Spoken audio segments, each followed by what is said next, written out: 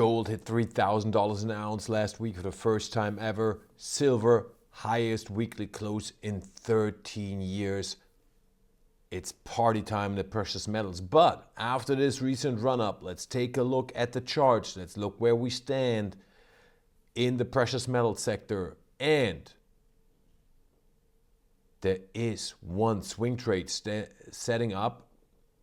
That's one of the greatest swing trades in the whole commodity market. And it's not gold, it's not silver, it's in an area that nobody's talking about right now. You really need to see this chart.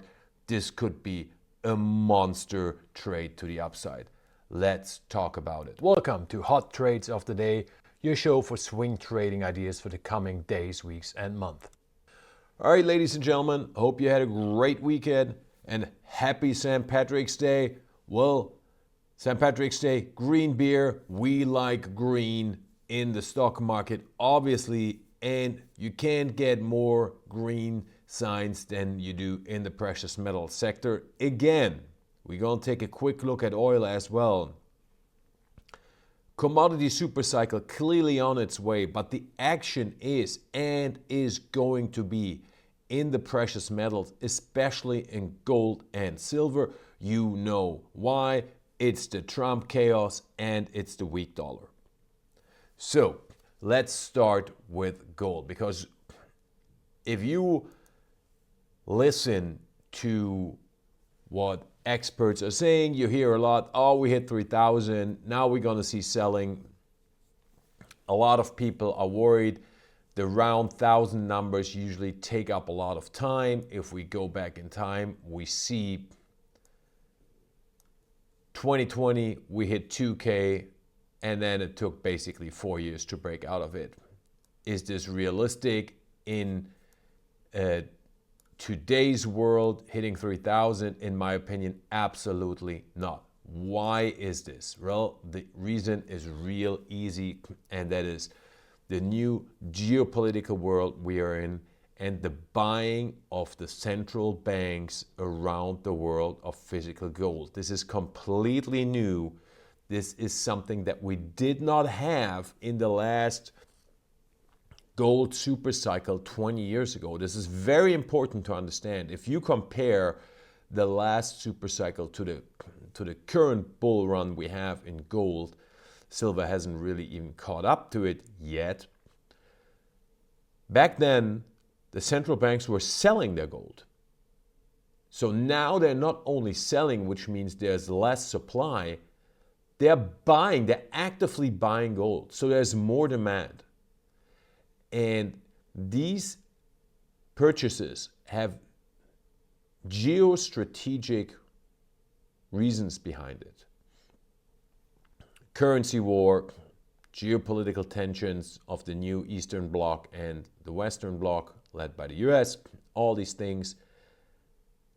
For the central banks, they don't care if the gold price is at 3,000 or 3,050 or 2,850.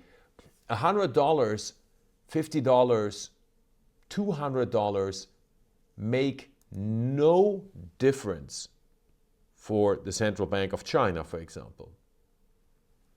So if we look at the chart, yes, we have warning signs in gold that we might hit the pause button for a little bit, right? We have a negative divergence in the RSI.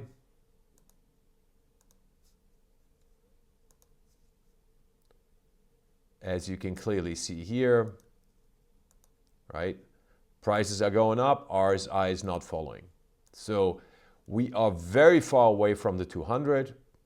Absolutely, all these points and the round number of 3,000, those are the three factors that makes you want to, okay, let's take a step back. But look at today's action so far, right? We had a nasty doji to close out the week, but today we're already seeing some buying. Now we need to wait and see if this holds up in the US trading session. But again, we are seeing strength. How is that possible? Well, because we have purchasing power coming in the market that is not tied to $10, $50, even $100 in the gold price. It doesn't matter to them. We take a look at the weekly, great weekly candle. Would I aggressively buy gold at this level? No, I would not.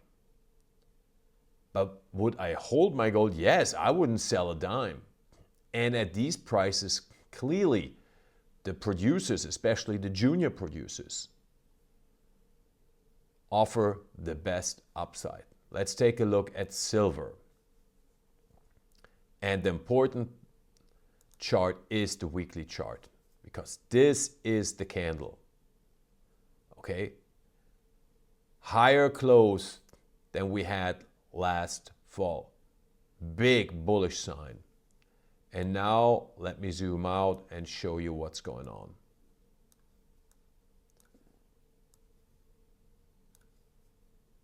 This is the last time, November 2012, like almost 13 years ago, that we had a weekly close as high as we had last week. Look at this bottoming base in silver. That's delicious. Silver is looking even better than gold, and we know that silver has the catch-up trade and the short squeeze trade that gold does not have.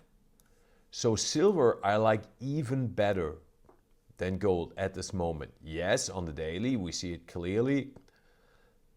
Do we have correction potential? Absolutely. But the matter of the fact is we are breaking out in silver. And that's positive. But now I want to show you and compare this to oil, right? Because oil, as you know, for the mainstream media and the mainstream investor, oil is really the benchmark for the commodity sector. If we talk about the commodity supercycle, oil has to be involved in it in order for the markets to recognize it. And what do we see here? Okay, so we're in this support zone that I have laid out many times. That's very important, right? It's a pivot zone too. That's, if you look at it long term, as you can see, if we're above it, we're staying above it. If we're below it, we tend to be below it. So this is a very, very important zone. We reached the midpoint. It held. We're kind of forming a bottom here. But we have the 200 moving down, we have the downtrend. So this is really kind of a nothing story, right, in oil. So this is to show you the action is in the precious metals. That is where you want to be. Copper looks also very interesting, but the precious metals are it, except for certain special chances. And I want to show you a stock now that is setting up for a super swing trade. MP Materials. This is a rare earth producer in the US. This is as Trump stocky as it gets. And look at Friday. Big green candle, and we broke out above this resistance zone, which means a 2-year consolidation officially finished if we close and confirm above it today. RSI, not overbought, plenty of upside. Now let me zoom out a little bit to show you what we're looking at here. In 2022, this was almost a $60 stock. Okay, so if we break this base, the first target zone is 36. So this is at least 20% upside. This is the first target zone. Really, I expect the swing trade to go much, much higher because this is a beautiful bottoming base that is now being completed. And this is a major buy signal. Let me switch to the weekly to show to you again. Might make it a little more obvious. Now, as you can see, we're right at the 200 for the weekly. But again, that doesn't scare me at all. This looks great. This is the type of trade that you only find in the commodity sector right now. I'm getting along with 50% of MP materials. If I want to play the swing trade, I'm gonna keep 50% in my back pocket in case we don't confirm and fall back down, because we do have a big open gap right here at 22.45 where we were 2 weeks ago. So we want to have some dry powder just in the back pocket, just in case. But if this runs and confirms, then I would buy the second half at a retest of the breakout level, which is almost exactly where we're getting in now. So this is a great swing trading setup. Again, putting the foot in the door with half the position. So we're in it. If this thing now starts to run up, if it comes back down and it's a false breakout, it doesn't change the midterm trajectory of the chart, because as you can see, we made a higher high on the close, bullish. So then I'll buy the weakness with the second half.